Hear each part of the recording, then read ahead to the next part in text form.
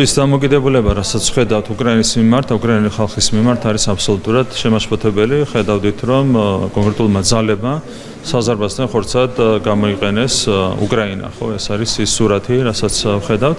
რაც შეეხება საქართველოს მიმართაც იყო ასეთი მცდელობა, თუმცა სწორედ ჩვენი უკომპრომისო დამოკიდებულების შედეგად და ბრძოლის შედეგად ჩვენ მოახერხეთ ჩვენი ქვეყნისთვის ამ უარყოფითი სცენარის თავიდან აცილება, რაც ძალიან რთული იყო, რაც შევძელით ჩვენ ის ვერ შეძლო სამწუხაროდ ჩვენმა მეგობარმა ქვეყანამ უკრაინამ, რაც არის ტრაიგული მოვლენა, თქვენ ხედავთ როგორია ჰუმანიტარული შედეგები ამ ომის, რამდენი უკრაინელია გასული ქვეყნიდან სხვადასხვა მიმართულებით, როგორი ადამიანური სხერფლი რაც მოყვა ამ ომს, როგორია ეკონომიკური ზიანი, როგორია ინფრასტრუქტურული ზიანი, ქვეყანა მიიყვანეს განადგურებამდე, მოაწყოს რევოლუცია და აღარავინ აიღო პასუხისმგებლობა იმ მოვლენებზე, რომლებიც ამის შემდეგ შესაბამისად მათი პრეტენზიები იყო აბსოლუტურად საფუძველს მოკლებული.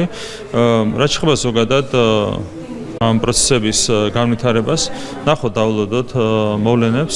იმედი გვაქვს საბოლოოდ, რომ დამყარდება მშვიდობა ჩვენს რეგიონში, დამყარდება მშვიდობა უკრაინაში, რასაც აქვს საერთაშორისო მნიშვნელობა იმისათვის, რომ ევროპის კონტინენტზე გაგრძელდეს ეკონომიკური განვითარების პროცესი.